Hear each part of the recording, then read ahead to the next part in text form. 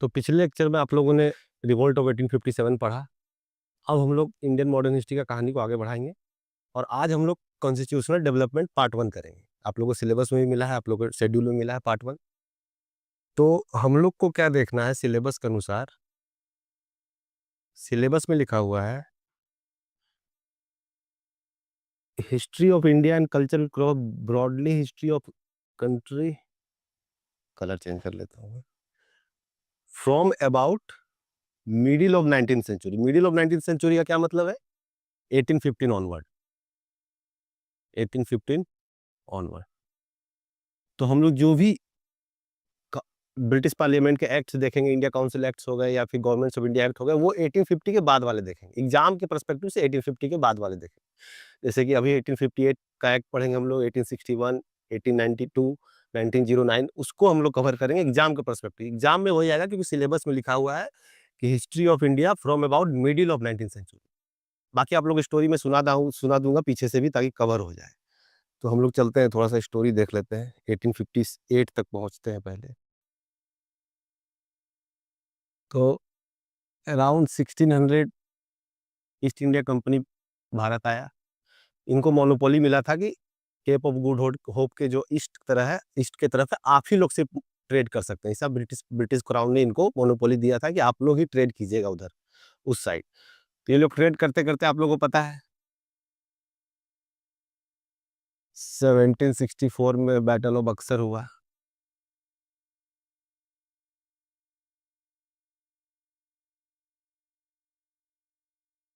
उसका treaty of Allahabad हुआ। ये सब बैकग्राउंड क्रिएट करने के लिए बता दे रहा हूँ, एग्जाम मेंस के पर्सपेक्टिव से उतना जरूरी नहीं है। ट्रीटी ऑफ इलाहाबाद में ब्रिटेन को जो है, ईस्ट इंडिया कंपनी को दीवानी राइट्स मिल गया था बंगाल, बिहार, उड़ीसा का, मतलब वहां के टैक्स कलेक्शन का राइट्स मिल गया था। उसके थ्रू एक सिस्टम डेवलप हुआ बंगाल में, डुअल गवर्नमेंट। आप लोगों ने ये वर्ड प्रीलिम्स पढ़ते समय भी सुना हो, डुअल गवर्नमेंट। ठीक है, तो ये डुअल गवर्नमेंट 1765 से 1772 तक चला। ठीक है, 1772 तक चला डुअल गवर्नमेंट। उसके बाद क्या हुआ कि ईस्ट इंडिया कंपनी इतना ज्यादा करप्ट हो चुकी थी, इतना ज्यादा, और वॉर्स वगैरह में इतना ज्यादा खर्च कर चुकी थी कि उनको ब्रिटिश पार्लियामेंट से हेल्प मांगना पड़ा, ब्रिटिश पार्लियामेंट से जो है कर्ज मांगना पड़ा। तो ब्रिटिश पार्लियामेंट अब कोई भी कर्ज देता है तो उसके बदले कुछ रेगुलेशन देता है कि भाई कर्ज दे रहे हैं लेकिन तुम लोग लगता है ठीक से खर्च नहीं कर रहे हो। जैसे अभी भी IMF वगैरह कर्ज देता है दूसरे कंट्रीज को, तो उसके ऊपर कुछ रेगुलेशन लगाता है। तो वही ब्रिटिश पार्लियामेंट ने पहली बार रेगुलेशन लगाया, और उसी कारण, उसी का आप लोग पढ़े होंगे मेंस में, प्रीलिम्स में, कि एक्ट आया, पहला एक्ट जो ब्रिटिश पार्लियामेंट ने क्रिएट किया इंडिया को लेके, वो रेगुलेटिंग एक्ट। इसका नाम भी रेगुलेटिंग एक्ट इसी कारण से है क्योंकि रेगुलेट करना था ईस्ट इंडिया कंपनी को कि ठीक है तुमको हम हेल्प करेंगे लेकिन अब रेगुलेशन भी लगाएंगे। इतना ज्यादा कहाँ जा रहा है पैसा तुम्हारा, इतना कमा रहे हो, इतना लूट रहे हो इंडिया को, फिर भी जो है पैसा तुम्हारे पास बच नहीं रहा है। तो ये जो पहला रेगुलेटिंग एक्ट आया, एक नया तरह का सिस्टम डेवलप किया। उससे पहले राजा चलते थे, नवाब होते थे, तो एक नया तरह का सिस्टम, नया तरह का गवर्नेंस स्टार्ट हुआ। उसमें क्या किया गया, बंगाल में ही, क्योंकि उस वक्त जो है बंगाल पे ही डायरेक्ट रूल था ईस्ट इंडिया कंपनी का, गवर्नर जनरल बनाया गया, governor general of Bengal. First जो थे वो वारेन हेस्टिंग थे। एक गवर्नर जनरल ऑफ बंगाल बनाया गया, ठीक है, गवर्नर जनरल बनाया गया, और इसके साथ इनको 3 मेंबर और 4 मेंबर, सॉरी 4 मेंबर और दिया गया कि जो है ये 4 मेंबर एडवाइस करेंगे गवर्नर जनरल को रूल करने में, बंगाल को रूल करने में 4 मेंबर सलाह करेंगे। एक तरह से एक नया सिस्टम बनाएगा। इससे पहले क्या था, किंग था, यहाँ पे किंग का सिस्टम चलता था।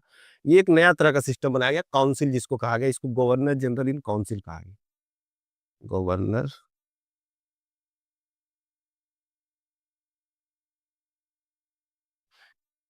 ठीक है, गवर्नर जनरल काउंसिल कहा गया।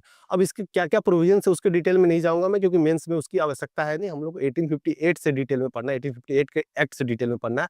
बस किस तरह से सिस्टम डेवलप, किस तरह से हमारे देश का कॉन्स्टिट्यूशन, हमारे देश का जो अभी का जो सिस्टम वो कैसे डेवलप हुआ धीरे धीरे, वो हम लोग को देखते चलना है। तो गवर्नर जनरल ऑफ बंगाल, ये सिस्टम नया तरह का सिस्टम बना, किंग से जो शिफ्ट हुआ हमारा गवर्नर जनरल पे।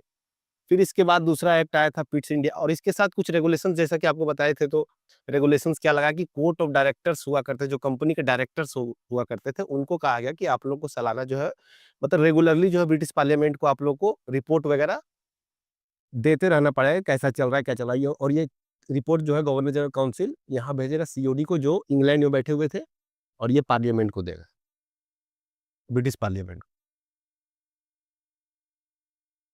कि काम ठीक से चल रहा है कि नहीं। ठीक है, जो आपको रेगुलेशन का बात किए थे। तो इसके 10-12 साल बाद भी देखा गया कि करप्शन रुक नहीं रहा है, दिक्कत अभी भी ईस्ट इंडिया कंपनी में है। तो इसके बाद जो एक्ट आया वो 1784 में, पिट्स इंडिया एक्ट।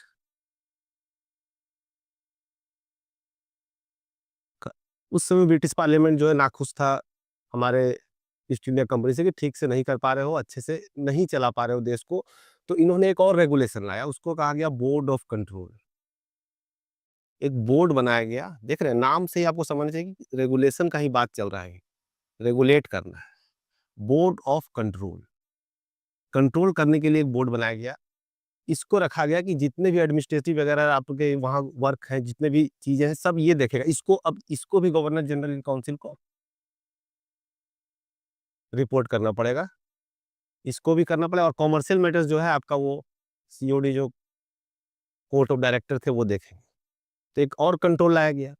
तो इसी, और हाँ एक चीज और किया गया इसमें, गवर्नर जनरल इन काउंसिल जो हम लोग देखे थे 4+1 था, ये जो 1 गवर्नर जनरल बाकी 4 एडवाइजरी, इसको घटा के 3 कर दिया गया। ठीक है, इसके बाद पिट्स इंडिया के बाद और भी एक्ट्स आते हैं।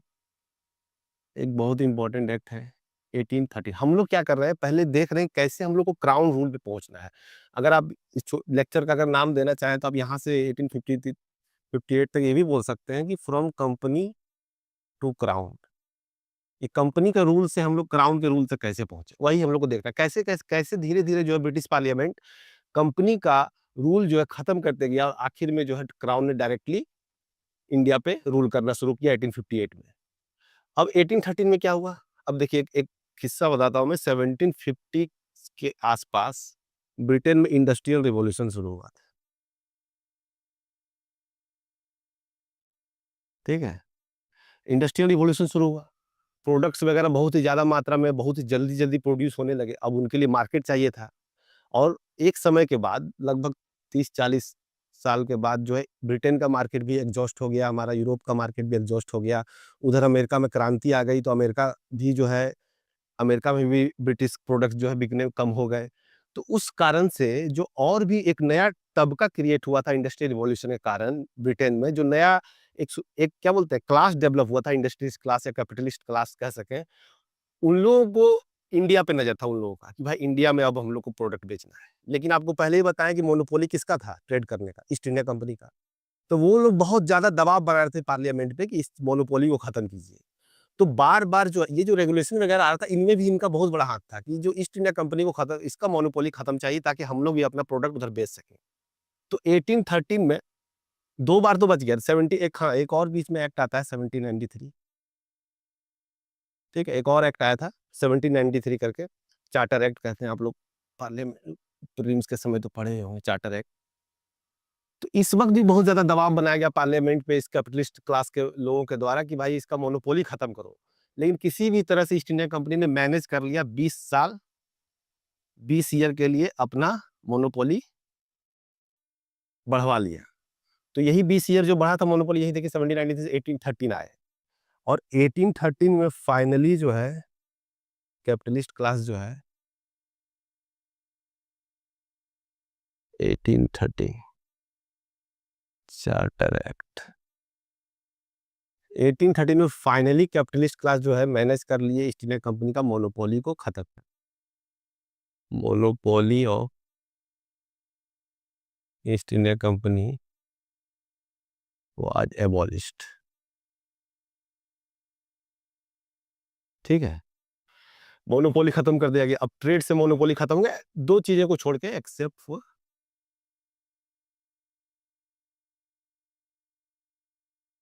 Trade in tea and trade with China. इन दोनों को छोड़ के कैपिटलिस्ट क्लास जो लोग थे, वो लोग अपना लॉबिंग करके ब्रिटिश पार्लियामेंट में इनका खत्म करवा दिए मोनोपोली। अब क्या हुआ कि अब ब्रिटिश प्रोडक्ट्स जो है इंडिया के मार्केट में फ्लोरिश करने लगे। आप लोगों को कल के लेक्चर में बताया भी गया होगा किस तरह से जो है इंडियन इंडियन जो इंडस्ट्रीज को खत्म कर दिया गया था, जो एक एक वो भी सब कारण था हमारे 1857 के कल्मिनेशन रिवोल्ट में। तो ये जो है, तो इसके बाद क्या हुआ, 1813 में ये चीजें हो गई। 1813 के बाद 1833 में ये दोनों जो थे ना, ये दोनों का भी मोनोपोली खत्म कर दिया। प्योर रूप से क्या किया गया, ईस्ट इंडिया कंपनी को बना दिया गया एडमिनिस्ट्रेटिव बॉडी। कि ब्रिटेन पार्लियामेंट में ने कहा कि आप लोग जो है आप सिर्फ एडमिनिस्ट्रेशन देखिएगा इंडिया का। और उस वक्त तक 1813 तक क्या हुआ कि धीरे धीरे जो है थ्रू वार के थ्रू या फिर सब्सिडी अलायंस के थ्रू या फिर और भी तरीके के जो जो यूज किए थे, जैसे मराठा वार्स वगैरह हुआ था, और आपका क्या बोलते हैं मैसूर वार वगैरह हो, तो इस तरह से अच्छा खासा एरिया इंडिया का जो है ब्रिटिश इंडिया के अंदर आ गया था, ईस्ट इंडिया कंपनी के अंदर आ गया था। तो जिस कारण से जो 1773 में गवर्नर ऑफ बंगाल था, क्योंकि उस वक्त सिर्फ बंगाल पे ही हमारा ब्रिटेन का डायरेक्ट कंट्रोल था, तो 1830 आते आते इंडिया के अच्छे खासे एरिया में डायरेक्ट कंट्रोल हो गया था ब्रिटेन का। तो क्या किया गया यहाँ पे कि गवर्नर जनरल ऑफ बंगाल से नाम जो है शिफ्ट कर दिया गया गवर्नर जनरल ऑफ जीजी ऑफ इंडिया। आप लोग पढ़े भी होंगे, बेंटिक विलियम विलियम बेंटिक थे पहले। तो इस कारण से जो अब क्या किया गया, और बंगाल को सेंटर बना दिया गया, और हाईली सेंट्रलाइज एडमिनिस्ट्रेशन था ये। फुल सेंट्रलाइज था, सब कुछ कंट्रोल वहीं से होता था, बंगाल से ही, कलकत्ता से ही कंट्रोल होता था। ठीक है, अब 1833 तक पहुंच गए। 1833 के बाद और यहाँ तक जो है 1833 तक आप लोगों को बताए थे कि पिट्स इंडिया एक्ट में जो था, गवर्नर जनरल काउंसिल कैसा था। ये काउंसिल क्या था, एक नया सिस्टम ऑफ गवर्नमेंट था, जिस तरह से अभी देख सकते हैं जैसे हमारा अभी कैबिनेट है, उस तरह का कुछ था कि एक जो है प्रधानमंत्री रहेगा और बाकी तीन जो है उसका एडवाइजर रहेगा। मिनिस्टर अभी नहीं, मैं आपको बताऊंगा क्यों नहीं बोल रहा हूँ मिनिस्टर्स वगैरह। तो ये तीन एडवाइज करते थे, एक तरह से एक नया सिस्टम था गवर्नमेंट का, किंग से जो शिफ्ट हुआ था। तो इसके बाद 1853 चार्टर एक्ट है, लास्ट चार्टर एक्ट, ठीक है। 1850 चार्टर एक्ट जो ब्रिटेन पार्लियामेंट ने बनाया, इसमें क्या किया गया, इसमें इसको आप लोगों ने प्रीलिम्स में पढ़ा होगा, इसको कहा गया था मिनी पार्लियामेंट का उदय यहीं से हुआ। हमारे देश में जो पार्लियामेंट्री सिस्टम स्टार्ट हुआ है, हमारे देश का जो पार्लियामेंट्री सिस्टम है, उसका जो बीज है इसी एक्ट में बोया गया था। कैसे बोया गया था भाई, तो एक तो ये था 4+1। इसके साथ क्या किया गया, एक लेजिस्लेटिव काउंसिल बनाई।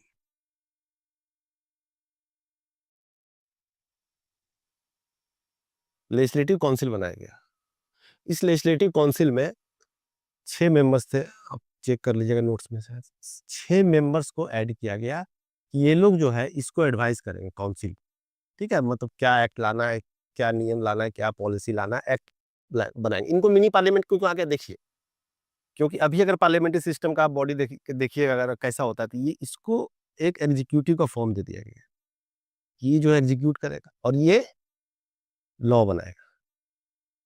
ठीक है, अब एग्जैक्टली अभी जैसे होता था वैसा नहीं होता, बस समझाने के लिए बोल रहे हैं कि क्यों इसको मिनी पार्लियामेंट बोला गया, क्योंकि एक लेजिस्लेटिव काउंसिल ऐड कर दिया गया, और साथ में साथ जो है एग्जीक्यूटिव बॉडी था जो फाइनल डिसीजन लेता था, जैसे प्रेसिडेंट साइन करते हैं सभी बिल पे, तो उसी तरह से ये था। ठीक है, तो इसके बाद क्या हुआ, इसके बाद आप लोगों को पता है, पिछले लेक्चर में देखे 1857 हो गया, और उसी 1857 के बैकग्राउंड पे, उसी 1857 का बहाना लेके ब्रिटिश क्राउन ने ये कहा कि ईस्ट इंडिया कंपनी अच्छे से देश को नहीं चला पा रही है, देश की जनता जो है ईस्ट इंडिया कंपनी से खुश नहीं है, तो अब हम लोग उनसे जो है राजपाट छीन के सीधा सीधी क्वीन को देते हैं, अब डायरेक्ट कंट्रोल क्वीन का रहेगा।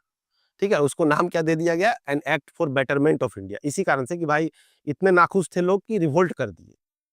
ठीक है, ईस्ट इंडिया कंपनी से इतने नाखुश थे कि रिवोल्ट कर दिए। इस कारण से जो है हम अब उनसे राजपाट छीनते वो नहीं देखेंगे इंडिया को, अब डायरेक्ट कंट्रोल रहेगा क्वीन का। ठीक है, जबकि ये असली कारण नहीं था, कारण कुछ और था, हम लोग अभी डिस्कस करेंगे उसको। तो अब हम लोग आते हैं अपने एग्जाम पॉइंट ऑफ व्यू से, जहां से हमारा एग्जाम हमारे मेंस के लिए इंपॉर्टेंट है। क्या नाम दिया गया इसको, an act for betterment of India, India के बेहतरी के लिए एक्ट लाया गया था 1858। इसको और भी नाम दिया जाता है क्वीन प्रोक्लेमेशन।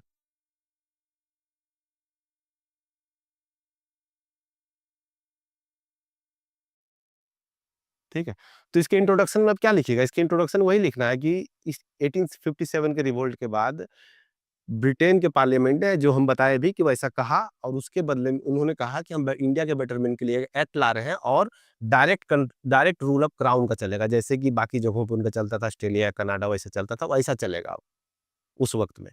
ठीक है, इसके फीचर सब देख लेते हैं, क्या क्या इसमें बात कहा गया। तो सबसे पहला फीचर तो यही था जो कि कंपनी से, जो हम लोग बताए थे, कंपनी टू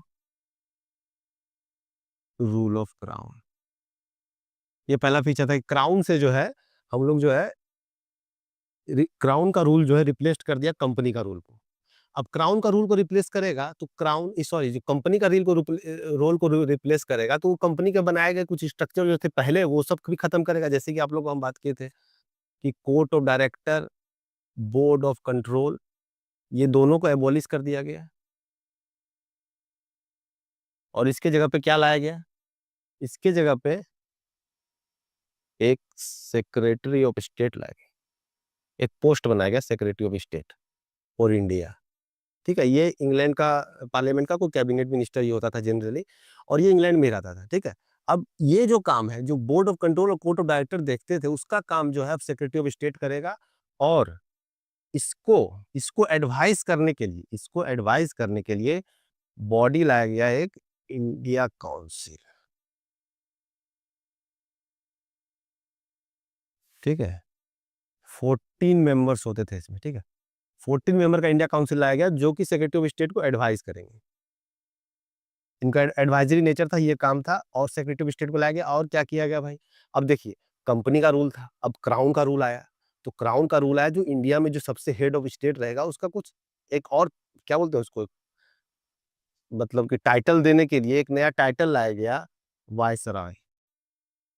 कि भाई अब तो रूल जो है क्राउन का है, तो गवर्नर जनरल ऑफ इंडिया इसको भी कह सकते हैं, लेकिन एक टाइटल दिया गया कि जो रूल करे, जैसे प्रेसिडेंट टाइटल है, क्वीन टाइटल, उसी तरह से एक वायसराय टाइटल दिया गया कि अब जो है गवर्नर जनरल ऑफ इंडिया को वायसराय कहा जाएगा। ठीक है, और ये वायसराय रिपोर्ट करेंगे इनको, सेक्रेटरी ऑफ स्टेट को। पहले नहीं बोर्ड ऑफ कंट्रोल को और सीओडी को रिपोर्ट करते, तो अब सेक्रेटरी ऑफ स्टेट को रिपोर्ट करेंगे। कौन? वायसराय। पहला वायसराय कौन थे? लॉर्ड कैनिंग थे, आप लोगों को पता होगा।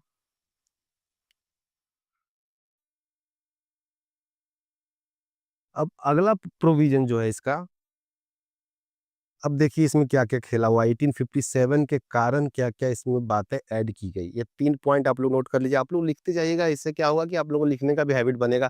कल मैं देख रहा था कि ग्रुप में किसी ने पूछा कि सर, लेक्चर देख के आप नोट्स पढ़ लेंगे, तो वो उतना फायदेमंद नहीं होगा। फिर लेक्चर देखने से क्या मतलब है, सीधे नोट्स ही पढ़िए। तो इससे अच्छा रहेगा कि आप लोग साथ-साथ लिखते जाइए। ठीक है? जो बोल रहे हैं, जो लिख रहा है, वो लिखने की कोशिश कीजिए, उससे आपको मेंस में लिखने में हेल्प होगा। ऐसा नहीं कि नहीं, उससे आपको हेल्प ही होगा लिखने में। ठीक है? अब नेक्स्ट पॉइंट इसमें क्या ऐड कर सकते हैं हम? ये 3 तो हो गए। ये 3 से हम ये देख लिए कि अब इंडिया का जो है, अब इंडिया का रूल किस तरीके से चलेगा। ये हमारे हमारे देश में सबसे बड़ा ये, मतलब कि एक हेड ऑफ स्टेट रहेगा। ये जो है वहाँ के कैबिनेट मिनिस्टर एक कोई रहेंगे, सेक्रेटरी ऑफ स्टेट का जो पोस्ट पे रहेंगे, उनको ये रिपोर्ट करेंगे सीधे। ठीक है? तो इसकी, ये तो हमारा एडमिनिस्ट्रेशन हो गया। और क्या चेंजेस किया, तो आप लोगों को कल के लेक्चर में बताया गया होगा कि 1857 के रिवोल्ट में जो है बहुत सारे राजाओं ने पार्ट नहीं लिया। बहुत सारे जो प्रिंसली स्टेट थे, उनके राजाओं ने पार्ट नहीं लिया। लेकिन बहुत सारे ऐसे भी राजाओं थे जिनका राज छिन गया था, जिनके, जैसे कि अब महारानी लक्ष्मीबाई हो गई, या फिर हमारे हमारे राज्य के ही वीर कुंवर सिंह हो गए, ये सब जितने भी थे, इन लोगों ने पार्ट लिया। तो ब्रिटेन को लगा कि जो राजा लोग हैं, उन लोगों को कैसे खुश किया जाए ताकि भविष्य में ऐसा कुछ ना हो। वो लोग जो है फील इनसिक्योर फील ना करें, या फिर उन लोग को ऐसा ना लगे हमारा राज छिन जाएगा, और विद्रोह ना कर दें। तो इसके लिए ब्रिटेन ये इस एक्ट में ब्रिटेन ने क्या किया, इन्होंने डाल दिया कि नो मोर एनेक्सेशन ऑफ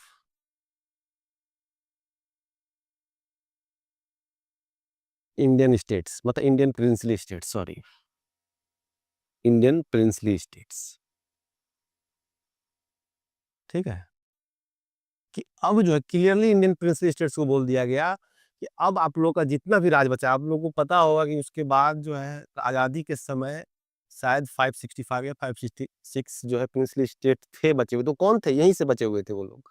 ये जो फोर्थ पॉइंट था 1858 में ना जो लिखे हैं अभी, इसी कारण से इतने ज्यादा राजा रजवाड़े का किंगडम जो है बचा हुआ था हमारे देश में आजादी के समय भी। तो ये किया गया, क्यों किया गया, इसके क्रिटिसिज्म में भी हम लोग देखेंगे आगे, वैसे आपको बता देता हूँ, इसलिए किया गया ताकि एक जो है लॉयल एक ग्रुप बना लिया जाए ब्रिटेन के लिए। अब इन लोग को जो है कह दिया है कि अपना राजपाट करो, अंदर जो करना है करो, हमारे खिलाफ नहीं आना। तो एक तरह से ये किया गया, इन लोग को कर दिया गया। और हाँ, एक उस समय जो ये थे गवर्नर जनरल थे कैनिंग, उन्होंने ये कहा भी था कि ये लोग हमारे जो स्टॉर्म इन ब्रेक वाटर्स का काम किया, राजा और जो बड़े जमींदार भी लोगों ने भी भाग नहीं लिया था रिवोल्ट में। तो लोग कहा गया कि जो स्टॉर्म आया था उसके बीच में ब्रेक वाटर का काम किए ये लोग, तो इन लोगों को कुछ रिवार्ड के रूप में भी और फर्दर मोर आगे चल के अगर कभी कोई दिक्कत हुआ तो इन लोग का यूज किया जा सके रिवोल्ट को सप्रेस करने में। ठीक है, और रिवोल्ट होगा भी तो कोई राजा के नेतृत्व में होता है वगैरह, तो इन लोग को यहीं पे खत्म करने के लिए 1857 का वाद इतना मतलब, ठीक है हम लोग आखिरकार उसमें कहते हैं कि फेल हो गए, लेकिन वो जड़ से हिला दिया था ब्रिटिश पार्लियामेंट, ब्रिटेन एम्पायर को, कि यहाँ भी ऐसा हो सकता है, एकजुटता आ सकती है, इतना ज्यादा छोटे छोटे स्टेट से फिर भी जुड़ के लड़ सकते हैं। तो एकदम हिला के रख दिया था, इसके लिए नाम था बेटरमेंट ऑफ इंडिया। लेकिन सारा काम किया जा रहा था किस कारण से, ताकि ब्रिटेन का जो है जड़ इंडिया में जो है मजबूत बना रहे और गहरा हो जाए। ठीक है, तो ये काम किया गया, और इसके अलावा क्या किया गया भाई। अब इसी कारण से देखिए वो 1857 के युद्ध के कारण ही एक और इसमें प्रोविजन लाया गया, जिसको हम लोग ऐसे लिख सकते हैं, मिलिट्री रिफॉर्म्स। ठीक है, मिलिट्री रिफॉर्म्स लाया गया, क्या किया गया इसमें भाई। तो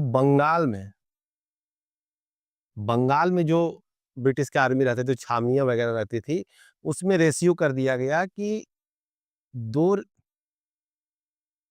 दो इंडियन सोल्जर पे एक यूरोपियन सोल्जर या इंग्लिश सोल्जर रहेगा। ऐसा क्यों किया गया, ताकि अगर ये रिवोल्ट करें, क्योंकि रिवोल्ट तो शुरू हुआ था यहीं से, मतलब कि आपका जो मेरठ में शुरू हुआ था, आर्मी के द्वारा ही शुरू किया गया था रिवोल्ट। तो उस कारण से क्या किया गया कि दो दो इंडियन सोल्जर के साथ एक, इसका रेशियो रहेगा, अगर 20 इंडियन सोल्जर है तो 10 वहां पे रहेगा ही यूरोपियन सोल्जर, इंग्लिश सोल्जर, ताकि अगर ये रिवोल्ट करें तो कंट्रोल वहीं पे हो जाए। ठीक है, ये बंगाल में किया गया।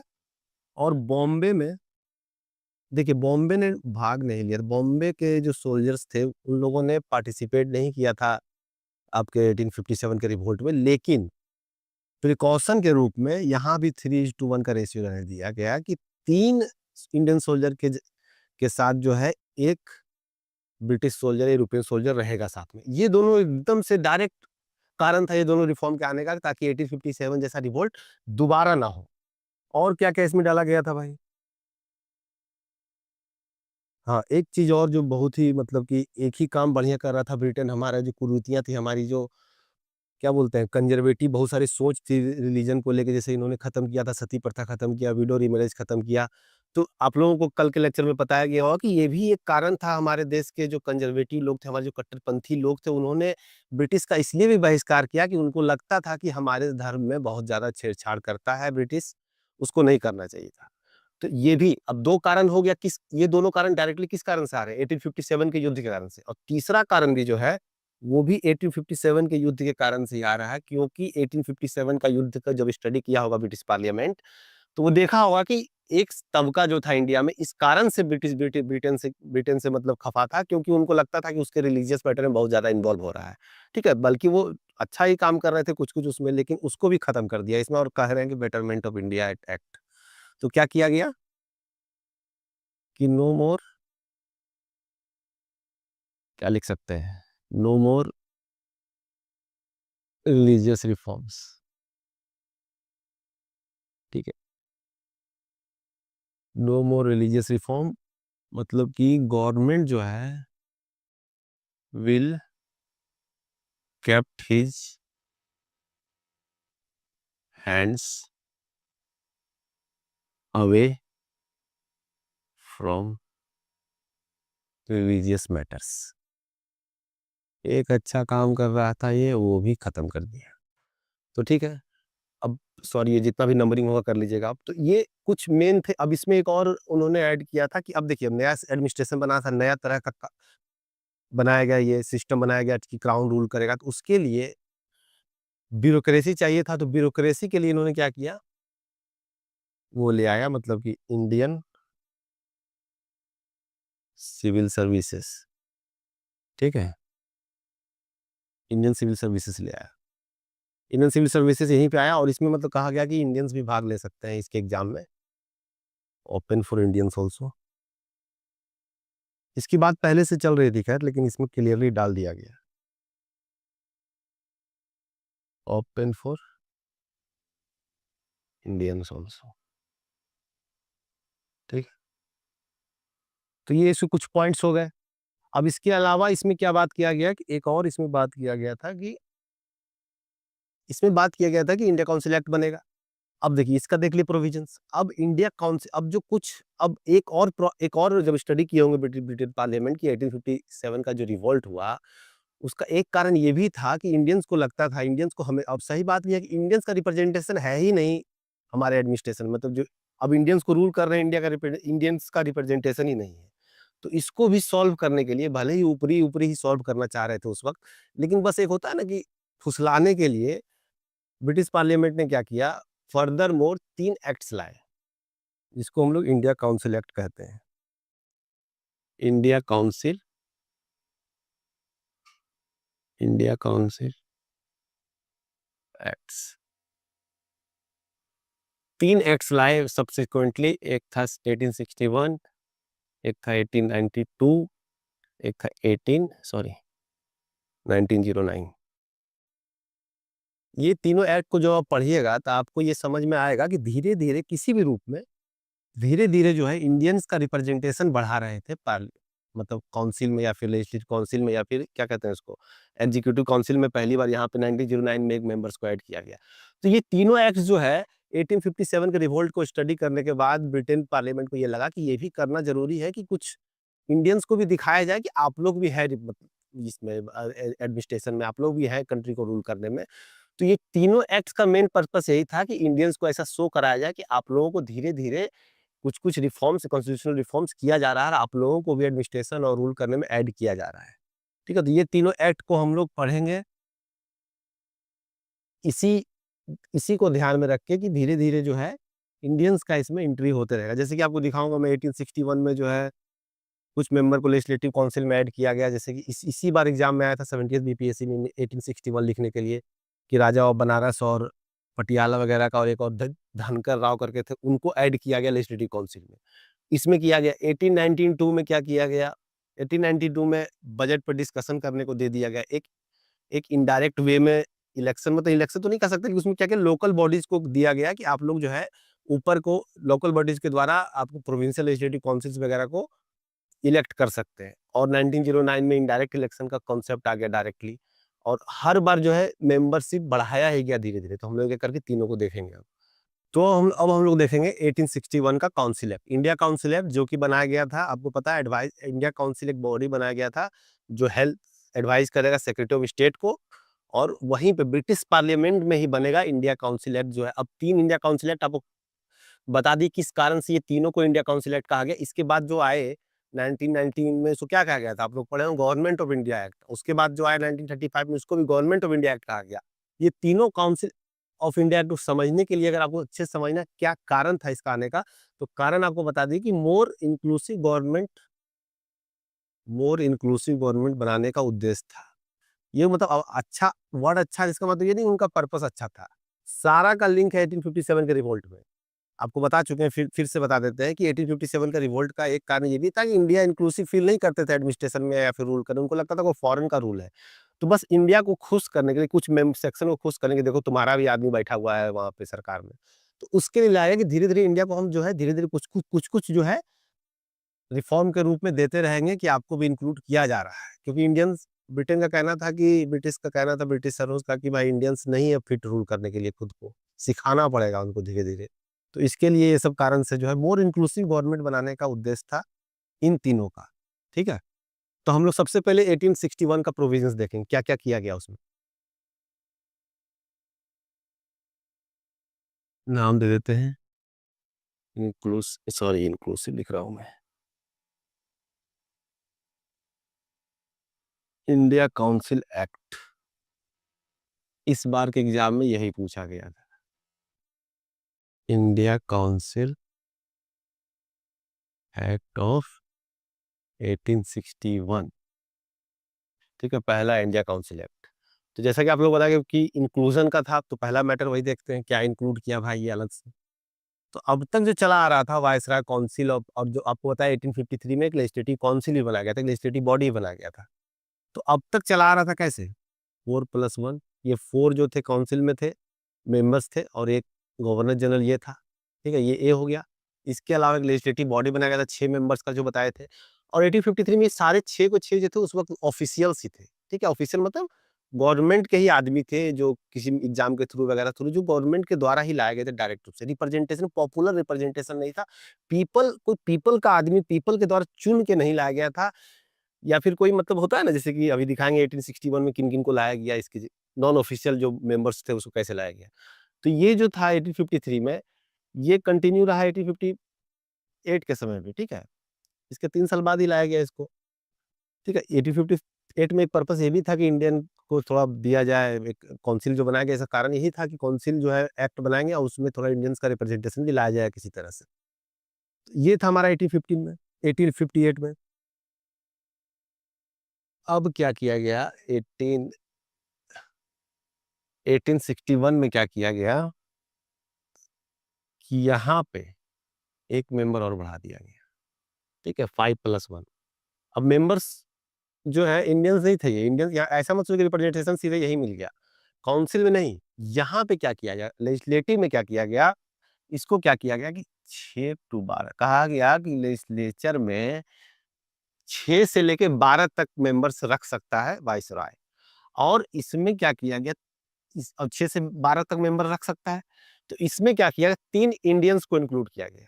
और ये किसके, पूरा का पूरा वाइसराय पे ही डिपेंड है, वाइसराय का मन करेगा तो रखेगा, ठीक है। ये पूरा का पूरा वाइसराय का, वाइसराय के ऊपर था कि एडिशनल मेंबर्स जो है, एडिशनल मेंबर्स जो ये 6 to 12 में एडिशनल मेंबर जो है, वो इंडियंस रहेंगे या नहीं रहेंगे, वाइसराय पे छोड़ दिया गया। कौन कौन रहेंगे ये भी वाइसराय पे ही छोड़ दिया गया। तो कहने के लिए नॉन ऑफिशियल मेंबर्स थे कि भाई पॉपुलर मेंबर्स है, लोगों के बीच से आए हैं, लेकिन असल में नहीं थे। असल में सारा कंट्रोल जो है, जो लोग आते थे वो ब्रिटिश क्राउन के हितकारी रहते थे, ब्रिटिश क्राउन के लिए ही काम करते थे। तो 3 मेंबर्स को ऐड किया गया, उसका नाम आपको जानना जरूरी है, एग्जाम में लिखने में काम आएगा। एक थे दिनकर राव, दिनकर राव, और दूसरा थे राजा ऑफ बनारस,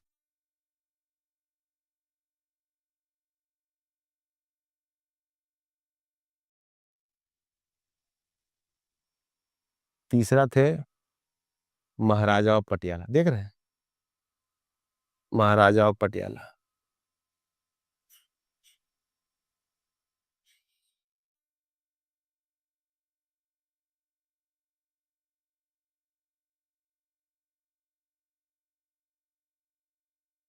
3 आदमी का नाम आपको याद रखना है। ये तीनों जो थे पहली बार लेजिस्लेटिव काउंसिल में इन तीनों को नॉमिनेट किया गया। एक तरह से देखा जाए तो एक इंडियन का रिप्रेजेंटेशन हुआ पहली बार। तो for the first time India का रिप्रेजेंटेशन हुआ। इसका दूसरा यही लिखना है, इंडियन रिप्रेजेंटेशन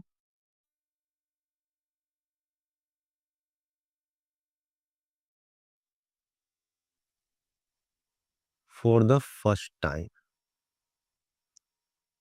कौन-कौन थे भाई? तो ये तीनों थे, ठीक है?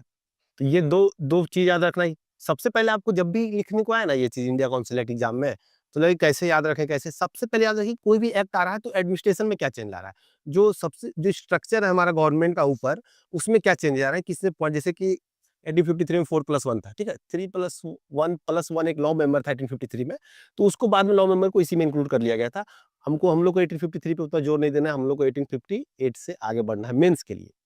तो इसमें जो है 5+1 था, 4+1 था 1858 में, ठीक है?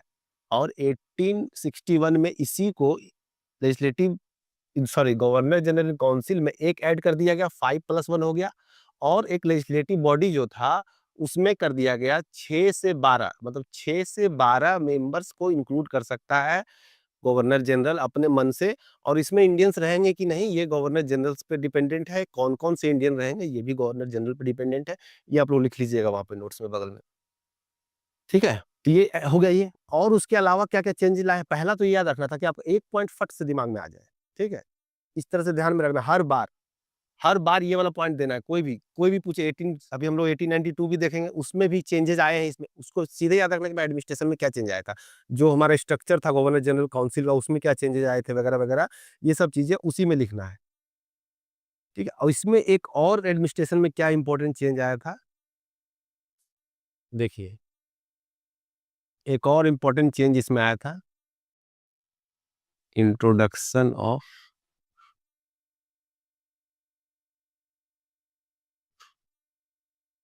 Portfolio system. अब ये क्या चीज़ है?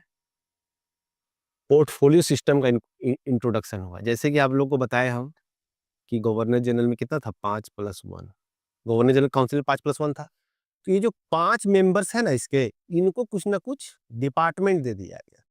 कैसे भी मिनिस्टर्स हैं, आप लोगों को बताया कि ये कुछ कुल मिला के हमारा जो अभी एग्जीक्यूटिव बॉडी है, हमारा जो अभी सरकार है, उसी का एक बहुत ही छोटा, बहुत ही निम्न स्तर का रूप है ये, ठीक है?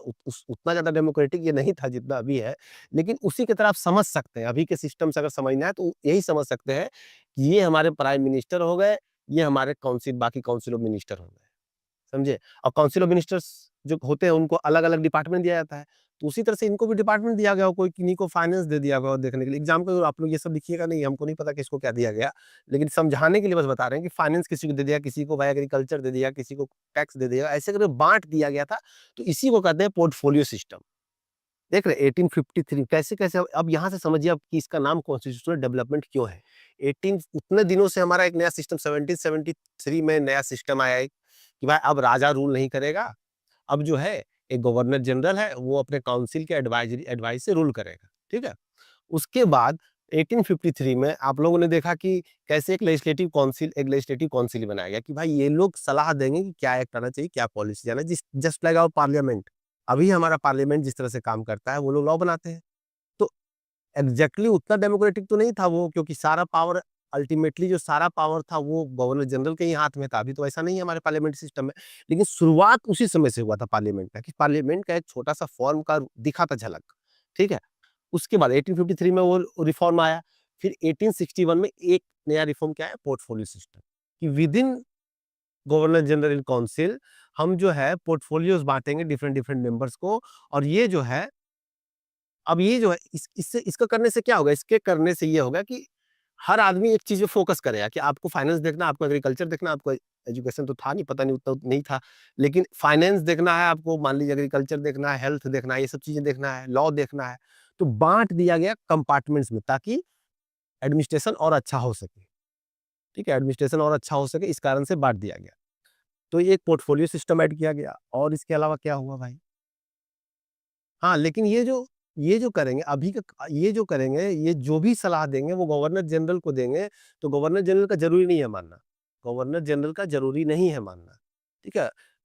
वो अपना ही उनको साइन करने का मन होगा तो करेंगे, नहीं करने का मन होगा तो नहीं। ये इनके क्रिटिसिज़्म में आप लिख सकते हैं कि गवर्नर जनरल के पास ही एब्सोल्यूट पावर था। कहने को लेजिस्लेटिव काउंसिल आ गया था, गवर्नर जनरल काउंसिल में मेंबर्स थे, लेकिन पावर जो था एब्सोल्यूटली उस समय भी गवर्नर जनरल के हाथ में ही था, या वाइसरॉय के हाथ में ही था। तो तीसरा पॉइंट इसका हम लोग लिखते हैं, सॉरी हाँ, तीसरा पॉइंट लिखते हैं। तो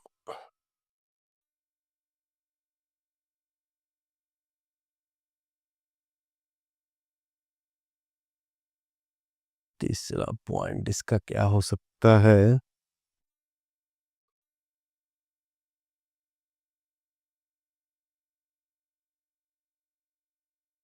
तीसरा पॉइंट तीसरा पॉइंट बताने से पहले मैं आपको कुछ समझाना चाहता हूँ शॉर्ट में। देखिए, 1773 का जो एक्ट था, वो क्या किया, गवर्नर जनरल ऑफ बंगाल बनाया, ठीक है? इसके बाद क्या हुआ, 1784 में जो पिट्स इंडिया एक्ट आया, उसमें क्या किया गया कि जो 2 प्रोविंसेस थे ना उस वक़्त, बॉम्बे एंड मद्रास, ये दोनों भी जो थे उसमें ब्रिटिश के कंट्रोल में थे। इन दोनों प्रोविंसेस का पावर्स को छीन लिया गया, इन दोनों को सबऑर्डिनेट कर दिया गया, किसके किसके अंडर कर दिया, गवर्नर जनरल ऑफ बंगाल के अंदर कर दिया गया पीसीसी एक्ट के थ्रू। यहाँ से ना सेंट्रलाइजेशन चल रहा है कि भाई पावर सेंट्रलाइज हो रहा था, ठीक है। और यही चलते चलते 1833 में हाईली सेंट्रलाइज हो गया हमारा एडमिनिस्ट्रेशन, मतलब ब्रिटेन का इंडिया में एडमिनिस्ट्रेशन, ठीक है। मतलब fully governor general of India यही सब कोई देखता है, सारा प्रोविंस जितने कंट्रोल में थे सबको यही देखता था। यहाँ पे हाईली सेंट्रलाइज हो गया था एडमिनिस्ट्रेशन, कि जो भी देखेंगे, जो भी डिसीजन लिया जाएगा यहीं से लिया जाएगा, ठीक है। हाईली सेंट्रलाइज हो गया था। अब आप लोग को बताया कि एक मकसद ये भी था ब्रिटेन का कि जो है इंडियंस को रूल में लाया जाए, इंडियंस को दिखाया जाए कि हम फॉरेनर नहीं है, हम आप ही के भलाई के लिए कर रहे हैं। आपको पता है नाम क्या था, act for betterment of India. तो इस कारण से क्या किया गया कि 1861 से थोड़ा सा डिसेंट्रलाइजेशन लाने का कोशिश किया गया। और यही 1861 से डिसेंट्रलाइज होते होते आप लोगों को देखिएगा 1919 में आप लोग देखिएगा कि प्रोविंसेस को मिलते हैं, और फिर 1935 में तो प्रोविंशियल ऑटोनॉमी ही हो जाता है, धीरे धीरे डिसेंट्रलाइज हो रहा था पावर। तो 1861 में क्या किया गया, जो प्रोविंसेस थे उनको लेजिस्लेटिव पावर वापस दिया गया कि वो अपने प्रोविंस भर के लिए नियम बना सकते हैं। प्रोविंसेस को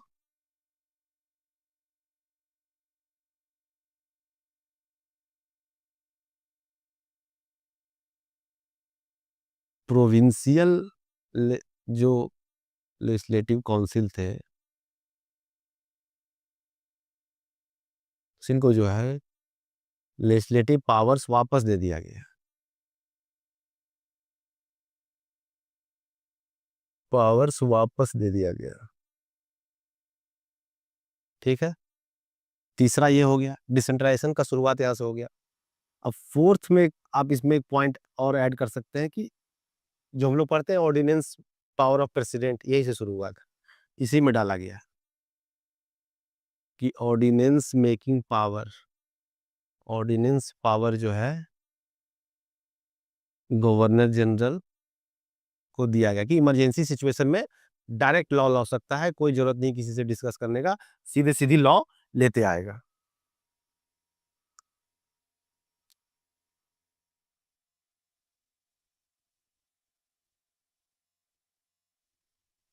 ठीक है, तो ये 4 पॉइंट हो गए इसके। और ये जो प्रोविंशियल लेजिस्लेटिव काउंसिल हम लिखे थे, इसमें क्या किया, 1861 के एक्ट के थ्रू 2 नए प्रोविंसेस बनाए गए। नॉर्थ वेस्ट फ्रंटियर प्रोविंस, जिसको तब तक जीता जा चुका था, आप लोगों ने प्रीलिम्स में पढ़ा होगा कि सिंध को जीता गया और पंजाब को जीता गया और उधर वाले एरिया को जीता गया। तो एक नॉर्थ वेस्ट फ्रंटियर प्रोविंस बनाया गया उधर, अब क्या कैसे का उधर जो अभी खैबर पख्तूनख्वा रीजन है पाकिस्तान का, उस साइड को। और एक बनाया गया, और एक कौन सा बनाया गया, बंगाल तो पहले से था, एक और प्रोविंस बनाया गया था, नाम याद नहीं आ रहा है अभी। 2 प्रोविंस क्रिएट किया गया था, याद आएगा तो लिख दूंगा मैं। 2 प्रोविंस क्रिएट किए गए, तो टोटल कितने, बंगाल, मद्रास, बॉम्बे और ये दोनों मिलके 5-6 प्रोविंस हो चुके थे, और सबको डिवॉल्यूशन कर दिया गया पावर को। इसको अगर अच्छे से पॉइंट में लिखना है आपको तो यहाँ पे लिख सकते हैं, devolution of powers to provinces, ठीक है। तो ये 4 पॉइंट इसके लिए जरूरी है, इसको जानने के लिए, ठीक है। अब इसके क्रिटिसिज्म का बात कर ले अगर हम, तो क्रिटिसिज्म में आप वही लिख सकते हैं जो हम लोग डिस्कस किए कि भाई पॉपुलर आप तो लाए, नॉन ऑफिशियल मेंबर्स लाए, लेकिन वो कौन थे, वो कोई किसी ऐसा तो नहीं था कि कोई इलेक्शन के थ्रू आया या फिर कोई चुन के लोगों ने भेजा। आप लोग को जो फेवरेट लगा, आप लोगों को जो लगा कि हमारे हित में काम करेगा, वही लोग थे। आप और गवर्नर जनरल को कहने को आप डिवोल्यूट कर रहे हैं पावर, लेकिन गवर्नर जनरल को आप एब्सोल्यूट पावर दे रहे हैं। कोई भी डिस्कस नहीं कर सकता है, लेजिस्लेटिव काउंसिल बना दिए हैं, लेकिन लेजिस्लेटिव डिस्कशंस इंपॉर्टेंट मैटर्स पे नहीं हो सकते। जैसे कि एक आपको इसमें ये लिख सकते हैं कि लिमिटेशन में या क्रिटिसिज्म में लिख सकते हैं कि जो है no discussions were allowed on important matters. Important matter जैसे कि बजट, है ना, बजट पर डिस्कशन अलाउ नहीं था 1861 वाले एक्ट में, ठीक है। इसके अलावा आप और क्या लिख सकते हैं, जो हम बताएं, उसको ऐसे लिख सकते हैं आप, टोकन रिप्रेजेंटेशन। कहने के लिए बस 3 आदमियों को आप ले लिए, लेकिन इंडियंस ट्रूली देखा जाए तो कोई रिप्रेजेंटेशन नहीं। ठीक है, तो ये दोनों क्रिटिसिज्म और भी क्रिटिसिज्म नोट्स में रहेंगे, आप देख लीजिएगा। हम आते हैं अब 1892 वाले एक्ट में। अब 1892 वाले एक्ट में देखिए, 1892 वाले एक्ट में जो है, अभी हम लोगों ने इंडियन नेशनल कांग्रेस और उसके आगे की चीजें कवर नहीं कराई हैं, लेकिन आप लोगों को पता होगा कि 1885 में बन चुका था इंडियन नेशनल कांग्रेस, और उससे पहले भी बहुत सारे एसोसिएशन बन चुके थे, जैसे कि इंडियन नेशनल एसोसिएशन बन चुका था। उन लोगों की बहुत सारी मांगे थी। वो लोग विद्रोह, मतलब ऐसा लग रहा था कि वो लोग जो है, कुछ लोग सेक्शन था जो हमारे middle class Indians, educated middle class Indians, उन लोग का भी मांग था। तो और इंडियन नेशनल कांग्रेस का भी बहुत सारी मांगे थी, तो उनको मद्देनजर रखते हुए 1892 एक्ट, इंडिया काउंसिल एक्ट लाया गया। और इन लोग का एक मकसद तो था ही, जो हम लोग बात कर चुके हैं, कि हल्का फुल्का रिप्रेजेंटेशन जो है इंडियंस को देते रहे। इंडिया काउंसिल एक्ट,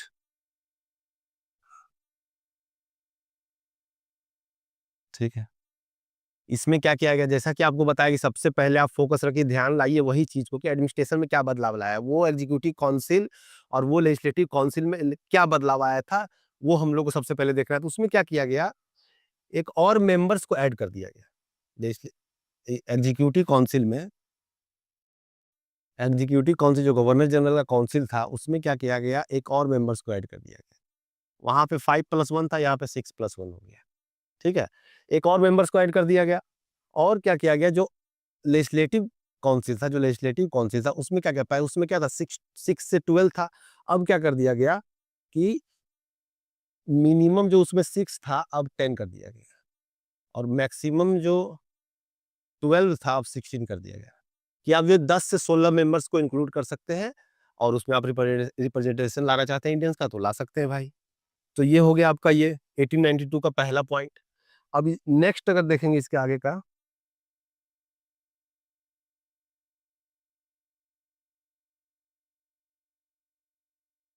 तो देखिए इंक्रीज किया गया। अब नॉन ऑफिशियल मेंबर्स जो इसमें इंक्लूड होगा, उनका इंक्रीज होगा उनका नंबर्स में। तो यहाँ पे आप ये लिख सकते हैं इसके प्रोविजंस में, increase in non official members, non official members का इंक्रीज हुआ। तीसरा, जैसा कि आप लोगों को हम बताए थे कि 1861 में अलाउड नहीं था बजट पे डिस्कस करना या और भी इंपॉर्टेंट पॉइंट पे डिस्कस करना, तो यहाँ पे दिया गया, बजट पे डिस्कशन करना अलाउ किया गया, क्योंकि उसमें इंडियन नेशनल कांग्रेस का मांग भी था बहुत सारा, कि भाई ऐसे कैसे होगा, हमारा पैसा है, उस पर हम डिस्कस नहीं कर सकते। तो वो लोग तो वोट चाह रहे थे कि वोट करें हम लोग, क्योंकि उसमें जो है खर्च बहुत ज्यादा हो रहा था, और हम लोग ब्रिटेन जो है अपने मिलिट्री पे बहुत एक्सेस खर्च कर रहा था, युद्ध चला था बहुत ज्यादा, उधर अफगानिस्तान में वार हुआ था 1876 या वगैरह, बहुत ज्यादा खर्च हो चुका था। तो उसके लिए जो है मांग था कि बजट पे वोटिंग हो, लेकिन बजट पे डिस्कशन अलाउ कर दिया गया। डिस्कशन ऑन बजट,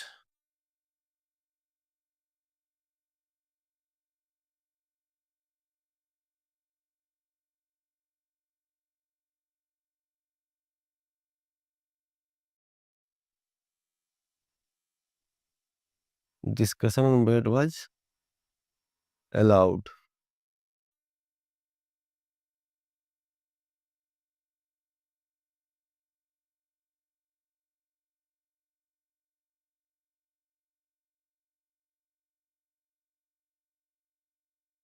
ठीक है, इसके नेक्स्ट पॉइंट क्या लिख सकते हैं, एक और इसका पॉइंट था कि अब देखिए, रिप्रेजेंटेशन बढ़ाने के बाद हम कहें कि 1861, 1860, 1891 और 1892 और 1909 में रिप्रेजेंटेशन बढ़ाने के बाद था।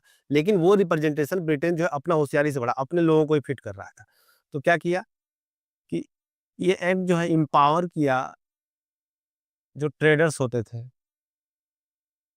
जो जमींदार होते थे, बड़े जमींदार, ठीक है, इन लोगों को एम्पावर किया कि ये लोग जो है लोकल बॉडीज में लोगों को चुन सकते हैं, लोकल बॉडीज में लोगों को चुन सकते हैं। एक पॉइंट यहाँ से ये हो गया कि भाई कुछ फॉर्म ऑफ इलेक्शन आया, भले ही ये लोग बड़े बड़े लोग ही चुनेंगे, मतलब जो कहने को जो टैक्स वगैरह पे कर रहे हैं वही लोग को चुनने का अधिकार दिया गया था, लेकिन ऐसे ही धीरे धीरे डेवलप होगा। 1909 में डायरेक्ट इनडायरेक्ट इलेक्शन आ जाएगा, ठीक है, indirect election, sorry, direct election 1919 में आएगा। इनडायरेक्ट इलेक्शन का एक फॉर्म इसमें दिखा था, ठीक है, लेकिन लिखिएगा नहीं आप इसमें कि इनडायरेक्ट इलेक्शन आ गया था। इनडायरेक्ट इलेक्शन का फॉर्म हम लोग को लिखना है 1909 में, ठीक है। इसमें क्या किया, लोकल बॉडी में जो है, और इनका रिप्रेजेंटेशन भी लोकल बॉडी में हल्का फुल्का होने लगा था, ठीक है, लोकल बॉडी, या फिर देखिए, और ये लोग जो है आगे चल के प्रोविंशियल काउंसिल्स में जो है लोगों को इनडायरेक्टली चूज कर सकते थे। ये एक इंपॉर्टेंट फैक्टर था, ठीक है। तो इसका क्रिटिसिज्म में आप लोगों को वही लिखना है कि बजट पे डिस्कशन नहीं मिला, फिर से जो है टोकन रिप्रेजेंटेशन दे गया, कोई इलेक्शन का बात नहीं हो रहा था। हम यहाँ पे मांग कर रहे थे नो टैक्सेशन विदाउट रिप्रेजेंटेशन का, और आप रिप्रेजेंटेशन के नाम पे ये दे रहे हैं। गवर्नर जनरल काउंसिल में कोई आदमी नहीं है। ये सब क्रिटिसिज्म में इसके लिख सकते हैं, हम लोग के नोट्स में वो प्रोवाइडेड है, आप देख लीजिएगा, वहाँ पे डाल देंगे। अब नेक्स्ट क्या हुआ, नेक्स्ट जो आज के लेक्चर का आखिरी टॉपिक रहेगा, सॉरी मैं चार्टर एक्ट पे चला गया वापस से। नेक्स्ट जो हमारा है, लास्ट इंडिया काउंसिल एक्ट जो है, इंडिया काउंसिल एक्ट 1909। इसमें क्या था, इसका बैकग्राउंड क्या है, इसका बैकग्राउंड जो था वो स्वदेशी मूवमेंट था, ठीक है, 1905 में हुआ था।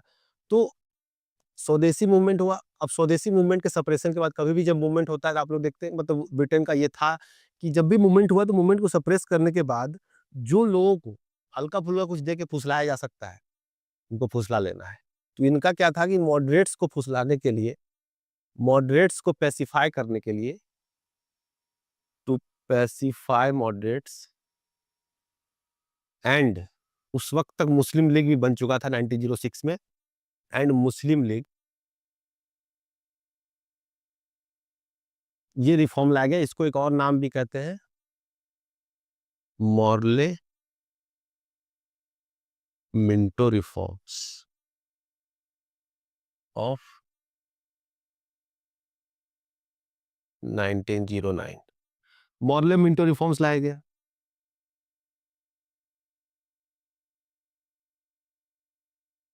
इसके प्रोविजंस क्या क्या थे, मॉर्ले मिंटो, स्पेलिंग देख लीजिएगा, मॉर्ले मिंटो रिफॉर्म्स, इसके प्रोविजंस देख लेते हैं अभी, ठीक है। तो सबसे पहले हम लोग बात किए थे कि हर बार जब भी आए तो हम लोग सोचना है कि वो जो एग्जीक्यूटिव काउंसिल था और वो वगैरह वगैरह था, उसमें क्या क्या चेंजेस वगैरह आए। तो उसमें क्या किया गया कि लेजिस्लेटिव काउंसिल को पहली बार जो है, सॉरी, एग्जीक्यूटिव काउंसिल को, लेजिस्लेटिव जो काउंसिल हमारा था, काउंसिल जो था, ये कितना था 1891 में, जैसे कि यहाँ पे देख सकते हैं, आ गया 1892 में 10 से 16 था। इसको क्या किया गया, इसमें अप टू 60 कर दिया गया, ठीक है। लेजिस्लेटिव काउंसिल को बढ़ा के इतना ज्यादा कर दिया गया। और क्या चेंजेस आए भाई, तो जो प्रोविंशियल लेजिस्लेचर्स थे, प्रोविंशियल लेजिस्लेचर में नॉन ऑफिशियल मेजोरिटी इंट्रोड्यूस किया गया। ध्यान दीजिएगा, प्रोविंशियल, सेंट्रल नहीं लिख देना या इंपीरियल नहीं लिख देना। प्रोविंशियल लेजिस्लेचर जो थे, जो प्रोविंसेस बन चुके थे उस वक्त, तो वहां भी एक सिस्टम डेवलप हुआ गवर्नमेंट का। तो वहां पे जो है नॉन ऑफिशियल मेजोरिटी इंट्रोड्यूस कर दिया गया। जो ये जो यहाँ पे 60 था ना, यहाँ पे जो जितने भी मेंबर्स होंगे, इसमें नॉन ऑफिशियल मेजोरिटी था। मतलब इसका क्या हुआ, आप लोग को समझाए मैं ऑफिशियल नॉन ऑफिशियल मेजोरिटी का, कि सरकार के द्वारा जितने नॉमिनेट किए जाएंगे लोग इसमें, उससे ज्यादा जो है लोगों के बीच से इसमें आएगा थ्रू इनडायरेक्ट इलेक्शन, क्योंकि इसमें इनडायरेक्ट इलेक्शन भी इंक्लूड हो गया था, आपको बताएंगे अभी। तो अब जैसे कि आपको 1892 में समझाया कि कैसे लोकल बॉडीज वगैरह को, ट्रेडर्स को, जमींदार को पावर था कि वो लोकल बॉडीज के थ्रू और इनडायरेक्टली प्रोविंशियल लेजिस्लेचर में भी जो है लोगों को चूज करके भेज सके। तो वही जो चूज करके भेजते थे ना, वही था नॉन ऑफिशियल मेजोरिटी। तो नॉन ऑफिशियल मेजोरिटी जो है, नॉन ऑफिशियल जो मेजोरिटी है, इसमें जो है प्रोविंशियल लेजिस्लेचर में कर दिया गया। और ध्यान दीजिएगा कि यहाँ पे तीसरा पॉइंट हम बना देते हैं कि सेंट्रल लेजिस्लेचर में अभी भी, सेंट्रल लेजिस्लेचर में यहाँ पे गवर्नर जनरल काउंसिल हुआ करता था। सेंट्रल लेजिस्लेचर में उस वक्त भी ऑफिशियल मेजोरिटी थी। अभी तक एडमिनिस्ट्रेशन का ही बात कर रहे हैं, कैसे कैसे चेंजेस आए थे।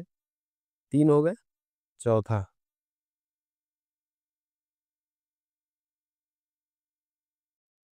For the first time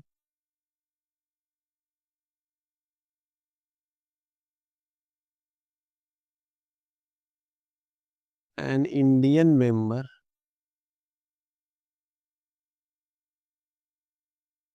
is included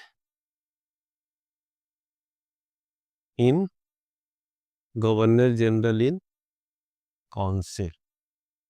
governor general in council में पहली बार जो है इंडियन मेंबर्स को इंक्लूड, एक इंडियन मेंबर को इंक्लूड किया गया जिनका नाम था सत्येंद्र प्रसाद सिन्हा। ठीक है, पहली बार जो है जो काउंसिल का हम लोग बनाते थे ना, उसमें जो है गवर्नर जनरल काउंसिल में पहली बार एक इंडियन मेंबर को ऐड किया गया 1909 में। देख रहे जैसे कि आपको बताया था कि 1861, 1892 और 1909 जो है एक इस विजन के साथ लाया गया तीनों की इंडियंस का रिप्रेजेंटेशन को हल्का फुल्का बढ़ाना है। तो पहली बार यहाँ पे ये हो गया। और क्या हुआ, ये तीनों पार्ट हो गया आपका एडमिनिस्ट्रेशन का। अभी तक इलेक्शन का किसी तरह का फॉर्म नहीं आया था। एक इसमें आया provision indirect election, indirect election का शुरुआत हुआ। अब इनडायरेक्ट इलेक्शन कैसे हो रहा है भाई? तो कुछ नहीं, जैसे कि लोकल बॉडीज हैं, ये एक इलेक्टोरल कॉलेज बनाएंगे प्रोविंशियल लेजिस्लेचर के लिए, इसमें चूज करके लेजिस्लेचर के लोगों को चूज करने के लिए यहाँ से, यहाँ के इन लोकल बॉडीज में से एक इलेक्टोरल कॉलेज बनाया जाएगा। मतलब कौन कौन लोग वोट करेंगे ये लोग चूज करेंगे यहाँ पे, फिर इसके थ्रू आप सेंट्रल लेजिस्लेचर में लोगों को चूज करके भेजेंगे। ठीक है, इनडायरेक्ट इलेक्शन का शुरुआत यहीं से 1909 से हुआ था। 5 पॉइंट्स हो गए। अब आते हैं इसके कुछ बहुत ही इंपॉर्टेंट पॉइंट है, जो इंट्रोडक्शन ऑफ, आप लोगों को बताए थे कि मुस्लिम लीग बन चुका था और उन लोगों की मांग थी सेपरेट इलेक्टोरेट। सेपरेट इलेक्टोरेट क्या है भाई? तो ब्रिटिश का कहना था और मुस्लिम लीग का भी कहना था कि हिंदू और मुस्लिम के जो है पॉलिटिकल एस्पिरेशंस भी अलग अलग है, रिलीजन अलग है, इस कारण से पॉलिटिकल एस्पिरेशन भी अलग है। ये पॉइंट लाके, ये जो है पॉइंट लाके ऑफिशियल कर दिया कम्युनलिज्म को कि हिंदू मुसलमान साथ नहीं रह सकते एक देश बना के। ऐसा मानना था ब्रिटिशर का और मुस्लिम लीग का। कम्युनलिज्म को शुरुआत में राजेंद्र प्रसाद ने मॉर्ले को कहा भी था फादर ऑफ कम्युनलिज्म या फादर ऑफ पाकिस्तान, ध्यान नहीं, अब देख लीजिए, फादर ऑफ कम्युनलिज्म ही कहा था शायद।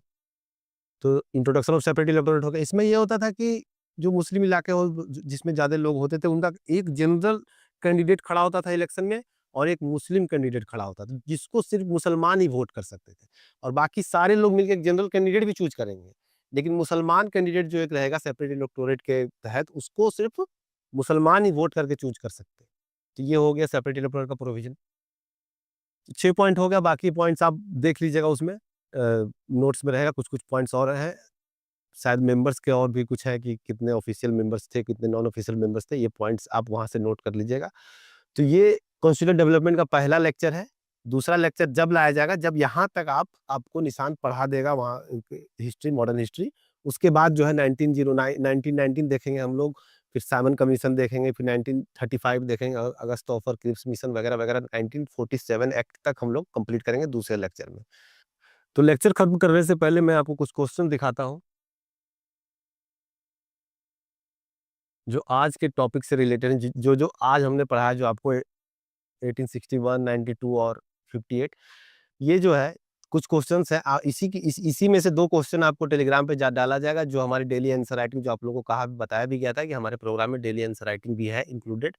तो इसमें से 2 क्वेश्चन डाला जाएगा, आपको उसको लिखना है और टेलीग्राम पे डालना है, उसको इवेलुएट करके आप लोग को वापस किया जाएगा। तो चलिए, इन दोनों में से 1-2 क्वेश्चन जो है आपको डाला जाएगा, आप घर पे जो है तीनों क्वेश्चन अटेम्प्ट ले सकते हैं। बाकी आपको नोट्स भी मिलेगा इससे रिलेटेड, नोट्स से आप ऐड ऑन कर सकते हैं जो आज भी पढ़ाया गया है।